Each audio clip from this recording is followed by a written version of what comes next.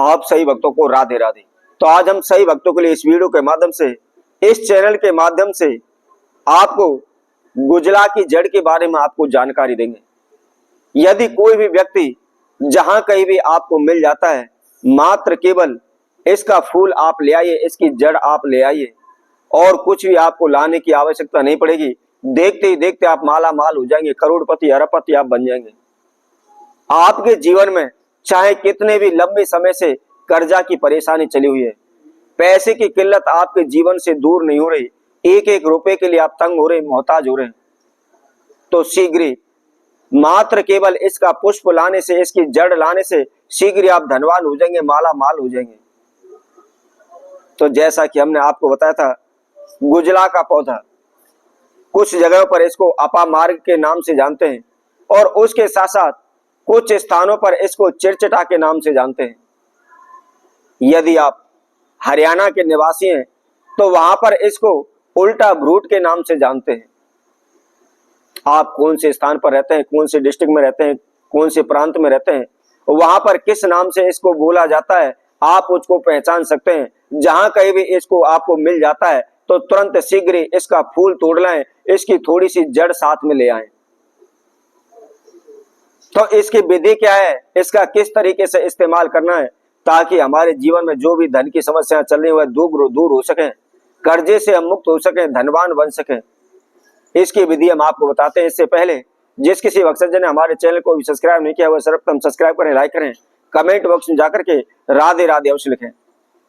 तो जैसा कि मैंने पहले भी आपको बताया था, हम कोई भी विधि आपको बता रहे हैं, पहले आप उस वीडियो को शांति पूर्वक, शांति मन से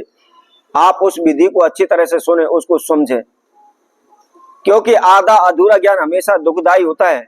जब तक आपकी विधि समझ में नहीं आती है तो आप उस उपाय को ना करें। जब आपको विधि समझ में आ जाती है, आप वीडियो को एक बार सुने, दो बार सुने, चार बार सुने, जब आपके अच्छी तरह से समझ में आ जाता है उसके बाद ही आप उस उपाय को करें।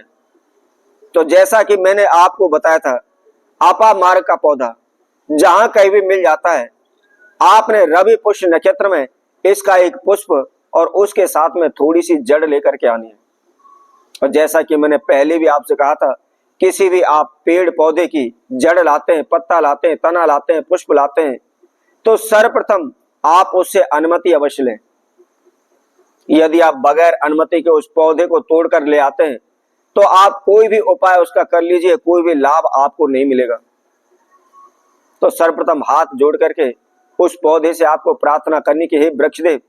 मेरे जीवन में इस प्रकार की बाधाएं, समस्याएं चल रही हैं, मैं आपके शरण में आया हूं, मुझे आपके तने की आवश्यकता है, आपके पुष्प की आवश्यकता है, आपकी जड़ की आवश्यकता है, तो आप मुझ पर कृपा करें, मुझे जड़ देने की कृपा करें, अपना आशीर्वाद दें, मेरी रक्षा करें। इसके साथ साथ मैं आपको बता देता हूं, अपामार्ग, चिरचटा, इस पौधे की जड़ के अंदर माता गंगा का वास माना गया है और सनातन धर्म में हमारे सभी पापों को नष्ट करने वाली, हमारे जीवन का उद्धार करने वाली गंगा जल माना जाता है, गंगा माता को माना जाता है। सभी नदियों में, सभी तीर्थों में उत्तम नदी गंगा को माना जाता है। तो इस पौधे के अंदर माता गंगा का वास माना गया है ताकि इससे हमें शीघ्र ही उद्धार हो सके। तो जैसा कि मैंने आपको कहा था, रवि पुष्य नक्षत्र में जब भी रवि पुष्य नक्षत्र पड़ता है उस समय आपको इसका एक पुष्प लाना है, उसके साथ में थोड़ी सी आपको जड़ लानी है और जड़ ला करके सर्वप्रथम आप घर पर लाएं, उसको थोड़ा सा जल लें, जल के द्वारा उसको साफ करें और जहां भी आपका मंदिर है उसमें एक आसन बिछाएं, पूरब की ओर मुख कर लें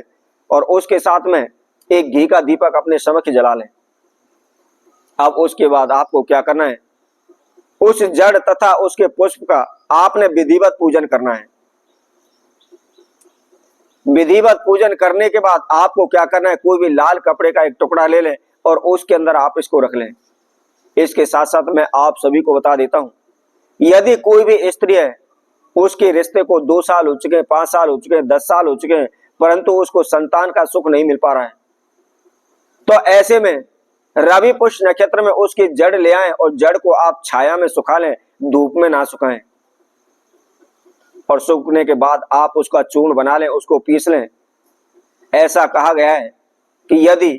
1 चम्मच सुबह शाम गाय के दूध में वह स्त्री इस चूर्ण का सेवन करती है तो शीघ्र ही उसे पुत्र की प्राप्ति होती है, उसके वंश में वृद्धि होती है, उसको संतान का सुख प्राप्त हो जाता है। अब जैसा कि मैंने आपको बताया था, उसके पुष्प का, उसका जड़ का आपने पूजन करने के बाद लाल कपड़े में बांधना है और लाल कपड़े में बांध करके आप अपनी तिजोरी में रख दीजिए, अलमीरा में रख दीजिए। कभी भी आपके घर में धन की कमी नहीं रहेगी, फिजूली खर्चे तुरंत आपके रुक जाएंगे। आपके घर के अंदर जो भी नेगेटिव एनर्जी है शीघ्र ही दूर हो जाएगी, शीघ्र ही आपके वंश में, आपके धन में वृद्धि होने लगेगी। यदि आप नौकरी के लिए जाते हैं, बार बार कभी 1 अंक से रह जाते हैं, कभी 2 अंक से रह जाते हैं, आपको इंटरव्यू में सफलता नहीं मिल पा रही, बार बार आपको असफलता हासिल हो रही है, तो आपको क्या करना है, लाल कपड़े में उसके पुष्प को और उसकी जड़ को बांध करके आप अपने सीधे हाथ की कलाई पर आप बांध लें। यदि लड़कियां इस प्रयोग को कर रही हैं, स्त्रियां इस प्रयोग को कर रही हैं, तो उनको अपने उल्टे हाथ पर इसको बांधना है और बांध करके आप किसी भी इंटरव्यू के लिए चले जाइए, किसी भी एग्जाम के लिए चले जाइए, शीघ्र में उसमें आपको सफलता मिल जाएगी, आपको नौकरी में कामयाबी मिल जाएगी। तो इसी तरह आप भक्तों के लिए नेपाल के साथ नई वीडियो के साथ पुनः उपस्थित होंगे। तब तक के लिए सभी भक्तों को राधे राधे।